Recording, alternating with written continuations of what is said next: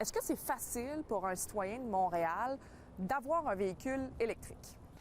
Ça dépend du citoyen, c'est-à-dire qu'il y a des citoyens à Montréal qui ont accès à une borne de recharge à la maison ou au travail. Donc, dans ce cas-là, c'est facile. Mais lorsqu'on reste dans un bloc appartement, qu'on reste au 4e étage sur la rue Chabot, par exemple, c'est beaucoup plus difficile. Pour les gens qui n'ont pas de borne à la maison, comme c'est souvent le cas à Montréal, c'est un enjeu. C'est pourquoi on s'assure que c'est l'endroit où on va en déployer le plus. La Ville de Montréal en déploie environ 200 nouvelles par année pour suivre l'adoption des véhicules électriques.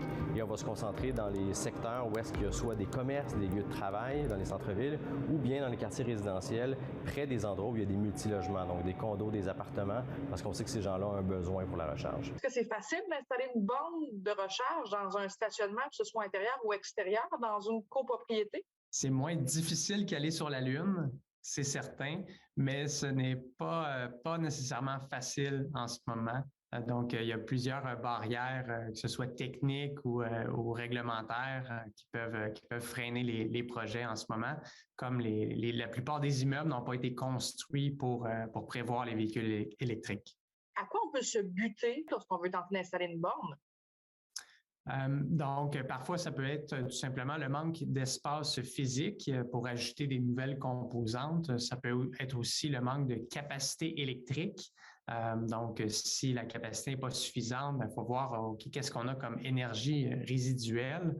Bien, il y a aussi une complexité légale et financière parce que ça coûte quand même cher d'installer des systèmes de recharge.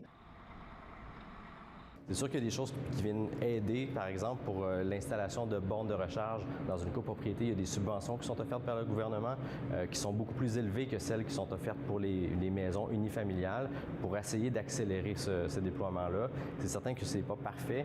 Comment qu'on s'organise, disons, si on veut charger notre véhicule puis qu'on n'a pas de garage? Bien, si vous n'avez pas de garage, il y a des applications comme l'application du circuit électrique, l'application Charge Hub, qui sont des applications qui vous aident à tracer les bornes de recharge qu'on retrouve sur le territoire montréalais. Peut-être les autres options des gens qui habitent à Montréal et qui veulent avoir un véhicule électrique?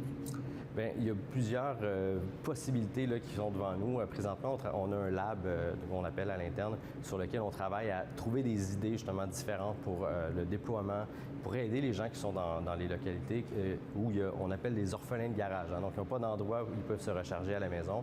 Et oui, il pourrait on peut penser par exemple à des parcs de stationnement qui ne sont pas utilisés la nuit où les gens pourraient se recharger là. On peut parler peut-être de possibilité d'avoir de la recharge de nuit à un tarif différent ou plus accessible pour les gens qui sont dans ces quartiers-là.